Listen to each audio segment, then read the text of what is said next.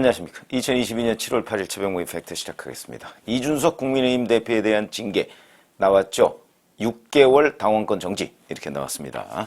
어제 오후 7시부터 오늘 오전 조금 전이죠. 새벽 한 2시 45분쯤까지 회의를 하고 징계를 했는데 김철근 당대표 정무실장에게 성상납 의혹을 제기한 제보자를 만나 입막음하라고 지시했느냐 하는 부분 집중 추궁했고요.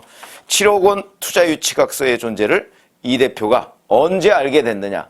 이거를 이제 이준석 대표 본인을 상대로 해서 이런저런 질문을 했습니다. 징계 사유는 그 상납이라고 하는 그 문제가 아니고 상납 증거인멸 교사 의혹과 관련한 품위유지 의무 위반 이렇게 되어 있습니다. 그러나 실질적으로 그 상납 그 문제, 본질적인 문제를 건드렸다고 봐야죠. 왜냐하면 본질적인 문제가 없으면 증거인멸 교사라는 건 성립할 수가 없으니까. 그러니까 이렇게 피해갔지만 실질적으로는 그 문제를 다룬 것이다. 이양희 윤리위원장이 이렇게 얘기했습니다.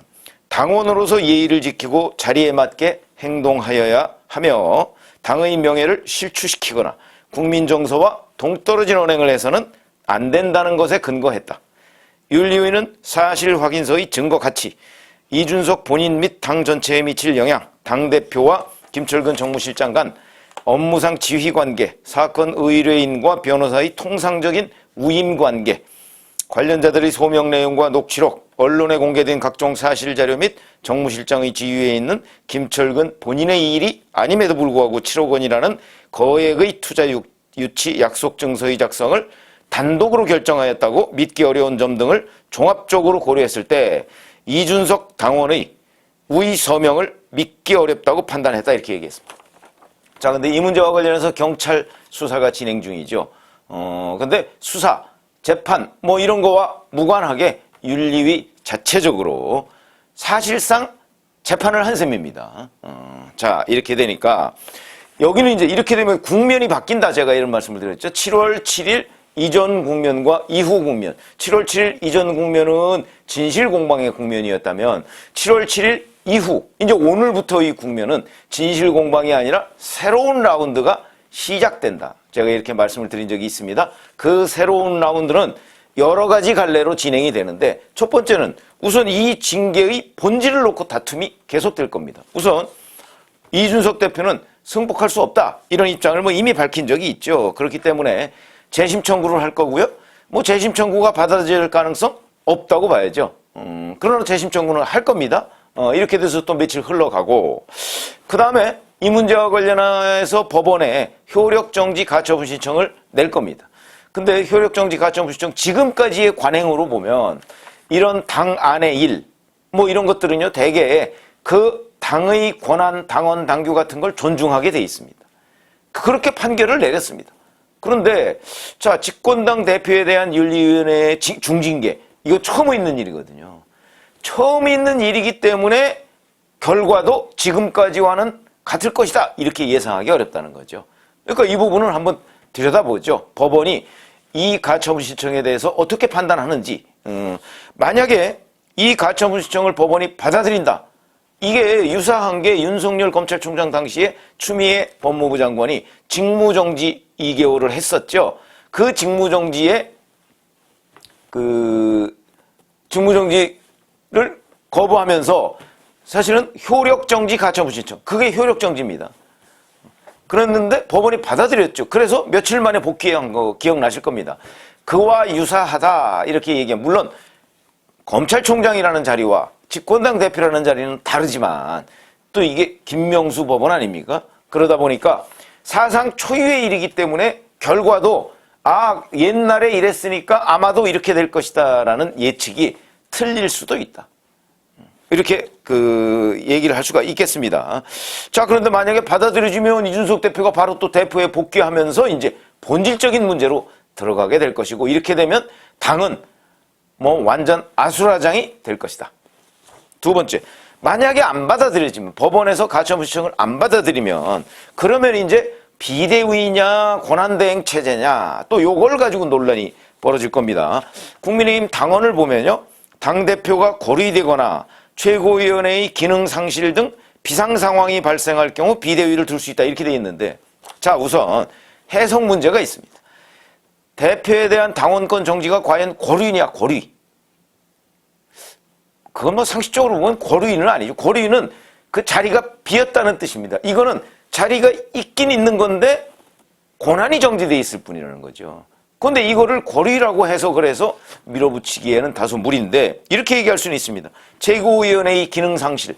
그래서 따져봤더니 최고위원이 9명인데 자 여기에 이준석 대표 본인은 권한 정지, 정미경, 김용태 최고위원은 뭐 이준석계라고 흔히 그렇게 돼 있고, 그 다음에 그렇지 않고 조수진, 배현진 최고위원은 뭐 이제 윤석열 대통령 쪽 뭐 이라고 할 수 있고, 여기에 이제 당 사명이 있습니다. 사무총장은 이준석계고, 그 다음에 권성동 원내대표 약간 중립지대인데 만약에 이런 사태가 벌어지면 뭐 윤석열 대통령 쪽에 서겠죠. 그 다음에 이제 성일종 정책위 의장.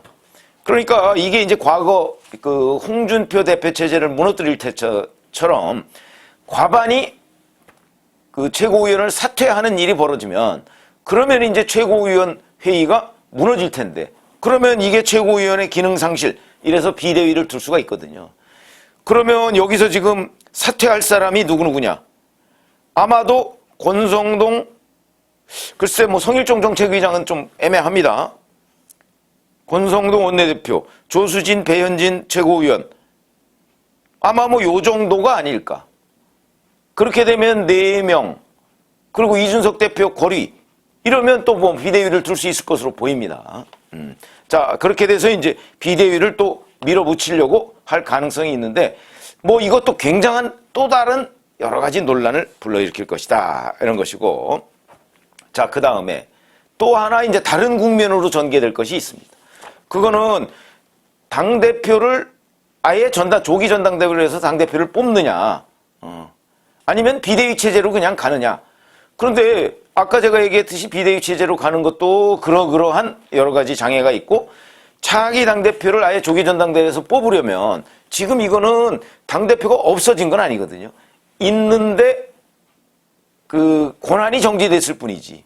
그렇기 때문에 차기 당대표의 문제는 어떻게 생기냐면 지금 당원 당규에 보면 고려됐을 때 그걸 뽑으려면 잔여 임기를 하게 돼 있습니다. 잔여 임기가 얼마 남았습니까? 아마 잔여 임기 11개월도 안 남았습니다. 한 10개월 조금 더 남았습니다.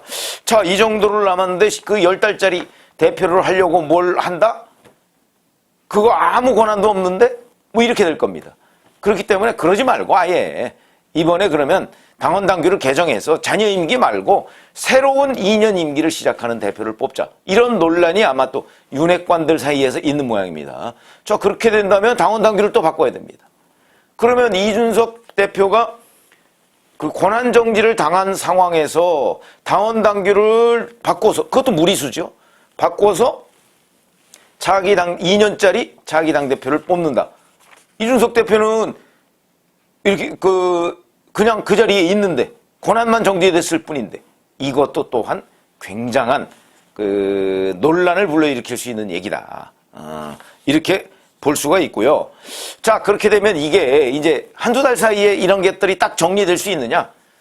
글쎄요, 그건 의견이 좀 엇갈립니다만은 저는 정리될 수 없다고 보는 입장이고, 그래서 제가 그동안에 정치적 해법을 계속해서 얘기를 했던 겁니다. 이 아수라장 같은 이 아수라 상황을 만들지 않는 게 최선이다라고 생각을 했기 때문에 이제 정치적 해법을 주장했는데 그 정치적 해법은 지금 윤석열 대통령은 선택하지 않은 것으로 보입니다. 자, 그리고 이제 가보지 않은 길을 가고 있는 것이다. 이렇게 얘기를 할 수가 있겠고요. 자, 그런데 이거 말고 또 다른 국면이 있습니다. 어제 JTBC가 보도한 건데 지금 여기에 이 사건에 등장하는 그 장이사라는 사람이 있는데 이 사람이 이 접대를 직접 기획하고 실행한 사람으로 그렇게 알려져 있죠. 장이사라는 사람. 그래서 장이사가 김철근 정무실장하고도 뭐 통화를 하고 그다음에 그 이준석 대표 변호인하고도 통화하고 하는 내용들이 있습니다. 그 내용들도 사실은 그 이번에 이준석 대표 징계에 많은 참고가 됐습니다. 근데 이 사람이 다른 지인하고 통화한 녹음 파일이 또 공개됐습니다. 이거는 그냥 뭐 취재로 뭐 한 게 아니고 파일입니다. 파일. 이게 공개됐는데 여기에 보면 3월 15일 날 이 장이사라는 사람이 여기 땡땡에 땡땡땡이라고 국회의원 선거 나갔던 형님이 있어요. 그 형 통해 갖고 이렇게 들어간 거야 지금. 이렇게 얘기를 합니다. 이게 이제 아마도 이 상남 문제 폭로를 얘기하는 것으로 보입니다. 그 사람이 땡땡땡 비서실이야. 이렇게 얘기합니다. 그러니까 이 사람이 이걸 들고 가서 얘기를 했을 거 아니에요. 다이렉트로. 이 사람이 뜬 거야. 이해가요? 요런 내용이 있고요.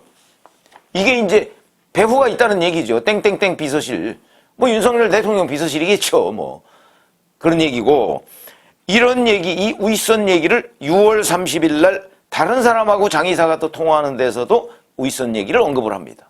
자, 이렇게 되면 이준석 내쫓기의 배후, 이 부분이 또 하나의 트랙으로 또 이제 논란이 될 것이다.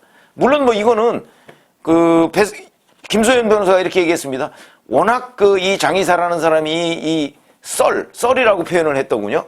썰이 좋아서 그냥 썰픈 거다 이렇게 얘기를 했는데,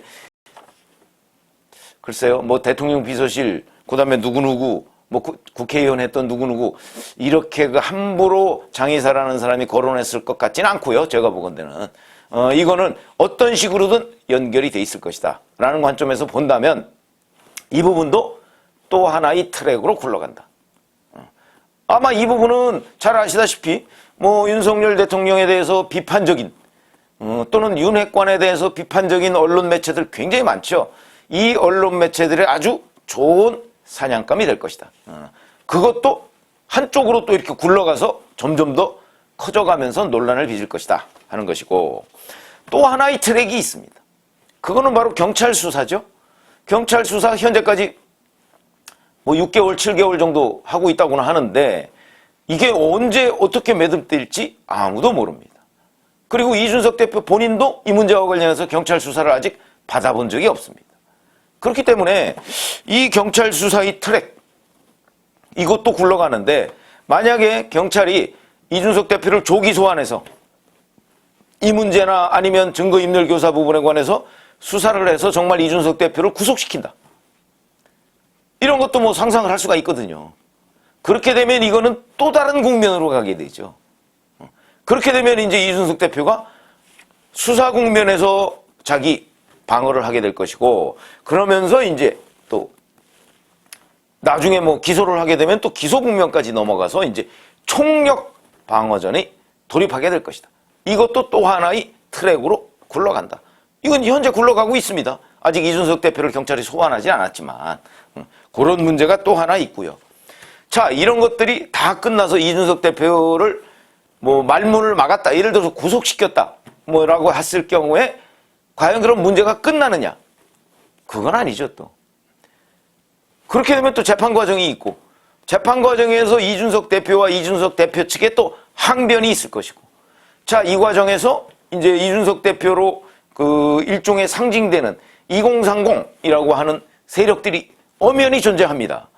그게 다수는 아니지만 그 존재들이 또 국민의힘에 대해서 이게 프레임을 어떻게 만들어가느냐가 굉장히 중요한데, 이게 수사 결과가 나온 것도 아니기 때문에 아마 2030의 상당수는 국민의힘이 이준석 대표를 쫓아냈다, 저는 그렇게 생각할 가능성이 높다고 봅니다. 이렇게 되면 국민의힘은 뭐가 되는 거죠? 국민의힘이 정말 어마어마한 무슨 혁신, 이제 이준석 대표의 6개월 고리 동안, 고리가 아니 6개월 동안 당원권이 정지되는 이 사태 동안 어마어마한 혁신을 통해서 젊은 세대를 끌어안는 이런저런 거를 뭐 또 한다, 그러면 몰라도 그럴 가능성 없죠. 제가 보기엔 없습니다. 그 가능성.